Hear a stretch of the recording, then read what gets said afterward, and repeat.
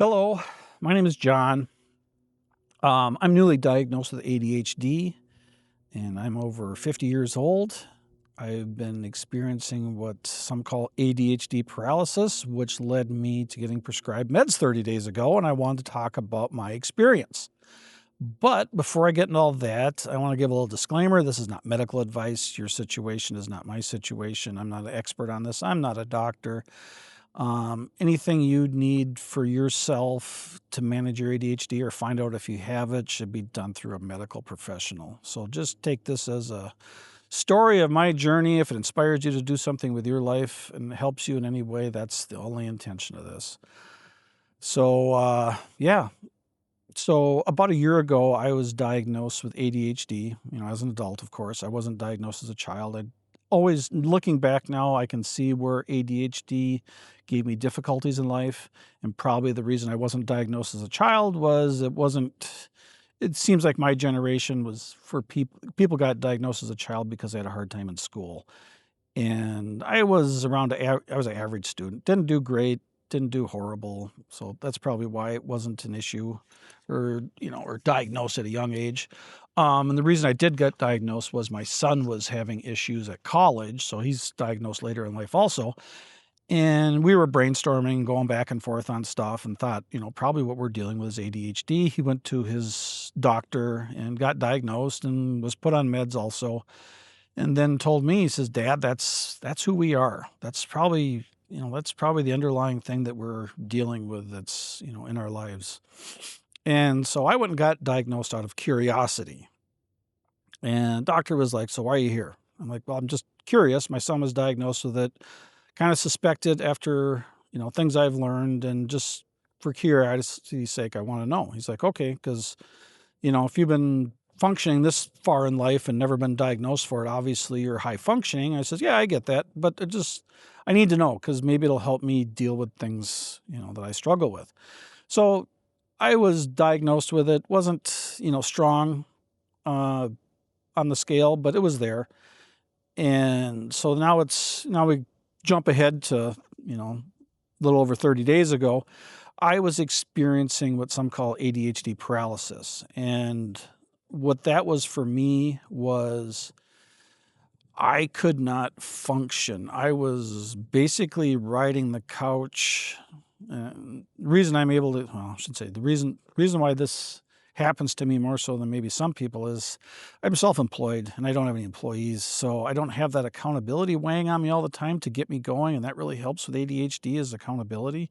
It's a motivation. It's like, nope, I got to perform today. People need me, that kind of thing. So being self-employed and you don't have a job on the, currently, it's real easy to just spiral into other stuff and not do anything. And so tasks that aren't as urgent, for me, I need accountability. I need deadlines. And when you're only accountable to yourself, not having a spouse or a child that's relying on you to get something done, it's easy to slip, for me at least. So I was experiencing ADHD paralysis and it was the most debilitating feeling I've ever had in my life. I basically knew exactly what I wanted to do. I had my list. I've been using lists for a long time, like a lot of us do. And I could not get myself to do it. I mean, literally, I couldn't get out of the chair and just do it. I was the internal narrator, what people talk about, the inner voices. I couldn't convince myself that it was worth doing or whatever it was. It was that was keeping me from doing anything. And it was starting to trickle into days in a row. It wasn't like whole weeks, but there were several days a week where I just sat on the internet all day. Even though I knew I had stuff to do, I'd talk whatever. It's not to dive into that part of it. This is more about the using the meds. So, um, so my son, talking with him back and forth, he's like, "Dad, you really need to go to the doctor now. This is obviously beyond you if you're going days on end and you're telling me about this, and I really hope you go to the doctor." So I hadn't been to the doctor for years. I called the clinic near me that my healthcare provider covers and, I'm like, "Do you have a psychiatrist?" Because I was considering meds. And she's like, "Well, for what reason?" I says, "Well, I think I'm having problems with ADHD and I want to discuss options." She goes, "Well, we have doctors here that can deal with that. We don't have a psychiatrist, but we have a doctors that, you know, deal with that." I'm like, "Okay." So I went and I had an appointment for the very next day. So I was like, "Great, let's just jump right in and get this done." So now I'm kind of getting this rush of, we're going to deal with this. And I'm getting that little dopamine hit for, yes, we're doing something. So I'm starting to get charged just off of this, the idea of this, what's going to happen next. And so me knowing now that what I was dealing with a lot of my life was dealing with ADHD and how I was self managing it, realizing things I was doing was unhealthy, was caffeine, sugar, um, so soda and, overeating, that kind of stuff was giving me a dopamine hit. And that's what's contributed to my weight gain, which, you know, that was the unhealthy stuff I was doing. But I was also doing healthy stuff like walking, exercise, gym, hobbies, interests that, helped me with management. And that's probably why I went so long without needing any type of help for it directly, because my self management was doing well.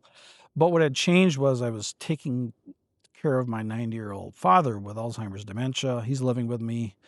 I'm dealing with it solo with no backup and that kind of stuff, which is very stressful. So I think that's what kind of triggered me to spiral and not do so much with self-management, self-care type stuff.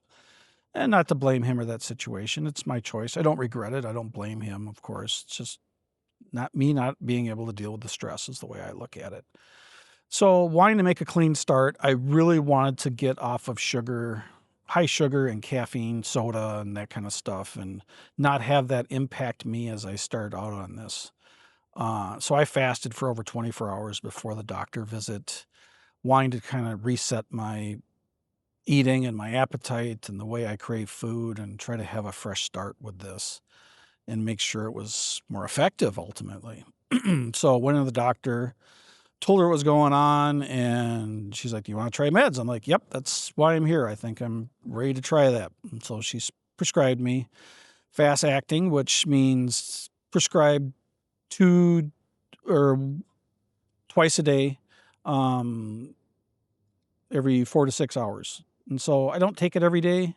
I shouldn't say I don't take it twice a day every day. I take it once a day pretty much every day. And it works fast. You feel a presence coming on. You feel it entering your system like in 15, 20 minutes. It's new to me because I don't use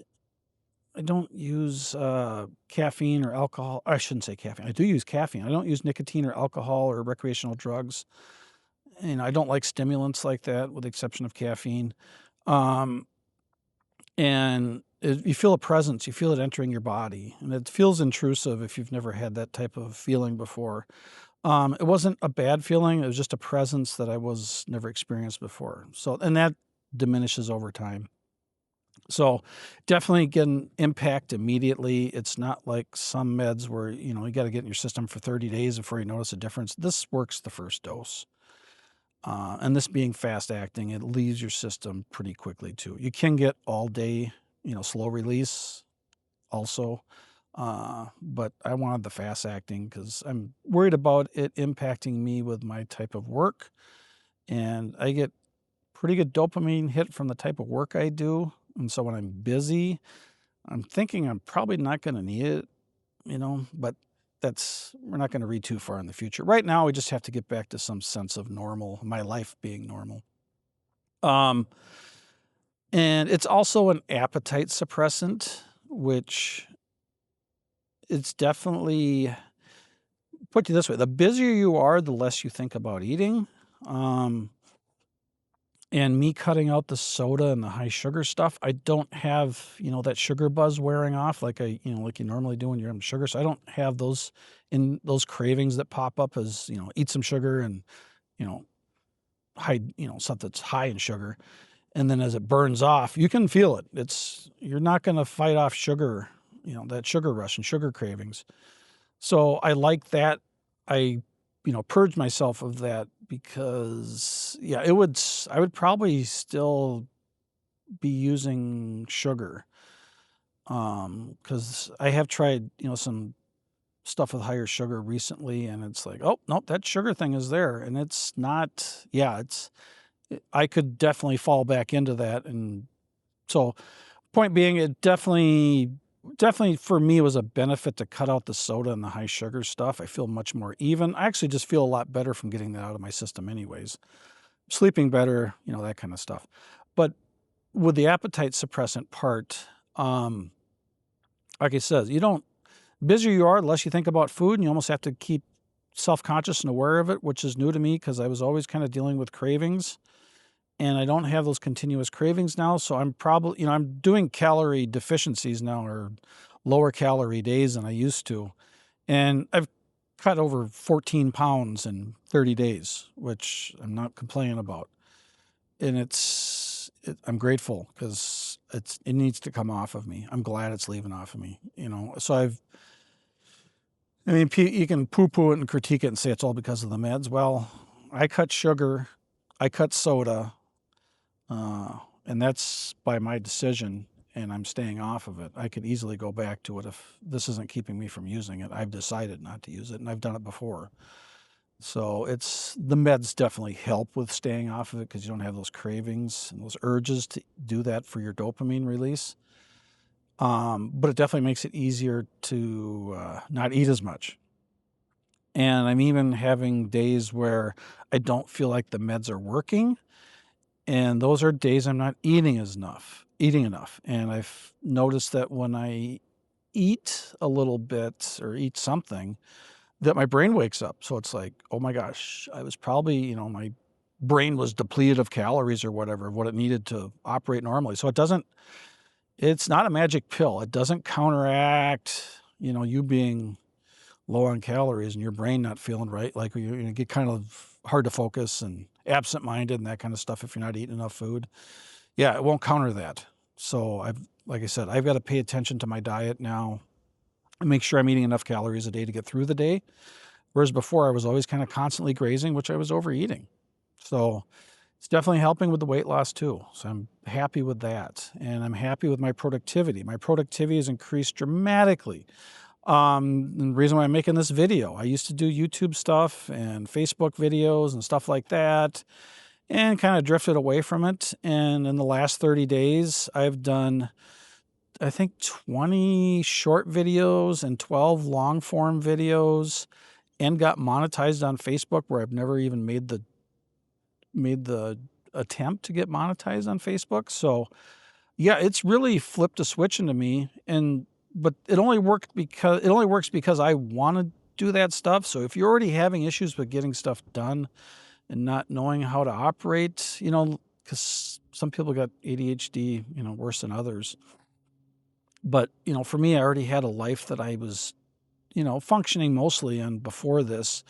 And so I'm just re-implementing the stuff I did before. It's just that the meds are allowing me to do it where I had a barrier before. The ADHD paralysis for me was basically the door was shut and I couldn't walk through it. And the meds have opened the door, but I still have to walk through it. And that's simple terms in a nutshell of how my experience with the meds are. So yeah, of course, is it right for you? I can't say that. If you're feeling the need to check into it and find out options about, like, maybe it could help you, yeah, definitely go talk to your medical professional and see if it's right for you. Yeah, leave a comment if you could, please. I appreciate it greatly. If you're willing to subscribe, that would be awesome. So have a great day, everybody. We'll talk to you soon. God bless.